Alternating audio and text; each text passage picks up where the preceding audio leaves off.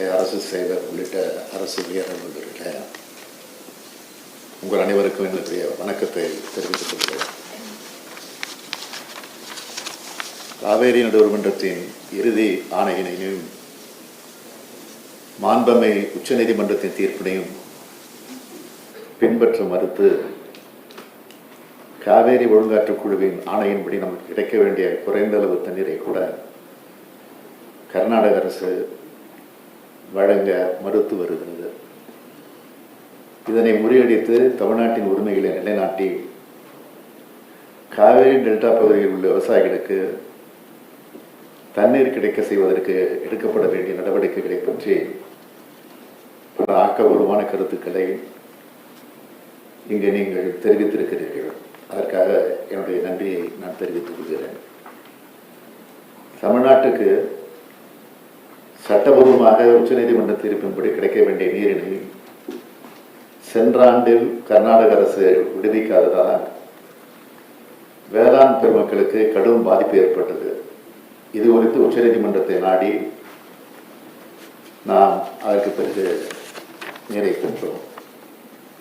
இந்த ஆண்டில் தென்மேற்கு பருவமழை சாதகமாக இருக்கக்கூடிய சூழ்நிலையிலும் கர்நாடக அரசு இவ்வாறு நடந்து கொள்வதை எந்த விதத்திலும் ஏற்றுக்கொள்ள முடியாது.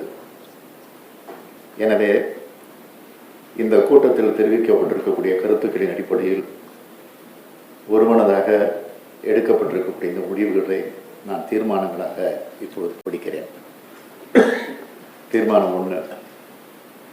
காவேரி நடுவர்மன்றம் 5/2/2007 அன்று அளித்த இறுதி தீர்ப்பையும் மாண்பமை உச்சநீதிமன்றம் 16/2/2018 அன்று அளித்த தீர்ப்பையும் அவமதிக்கும் வகையில் காவேரி நீர் ஒழுங்காற்றுக் குழு தற்போது ஆணையிட்டுள்ளவாறு தமிழ்நாட்டிற்கு காவேரி நீரை தர முடியாது என்று மறுத்துள்ள கர்நாடக அரசிற்கு இந்த அனைத்து கட்சி சட்டமன்ற கட்சி கூட்டம் தனது கடுமையான கண்டனத்தை தெரிவித்துக் கொள்கிறது.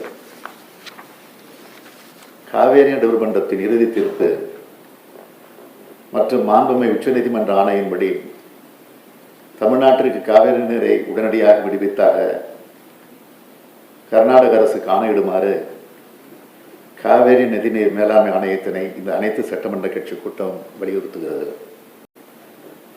காவேரி நடுவர்மன்றத்தின் இறுதி தீர்ப்பு மற்றும் மாண்புமை உச்சநீதிமன்ற ஆணையின்படி தமிழ்நாடு பெற வேண்டிய நீரை உடனடியாக பெறுவதற்கு தேவைப்படின் மாண்புமை உச்சநீதிமன்றத்தை நாடி அனைத்து சட்டபூர்வமான நடவடிக்கைகளை மேற்கொள்ள இக்கூட்டம் ஒருமனதாக தீர்மானிக்கிறது. இந்த தீர்மானங்களின் அடிப்படையில் தேவைப்படும் அனைத்து நடவடிக்கைகளையும் முழு மூச்சோடு மேற்கொண்டு காவேரி டெல்டா விவசாய உரிமைகளை இந்த அரசு நிலைநாட்டும் என உறுதியளித்து என்னுடைய உரையை நிறைவு செய்கிறேன்.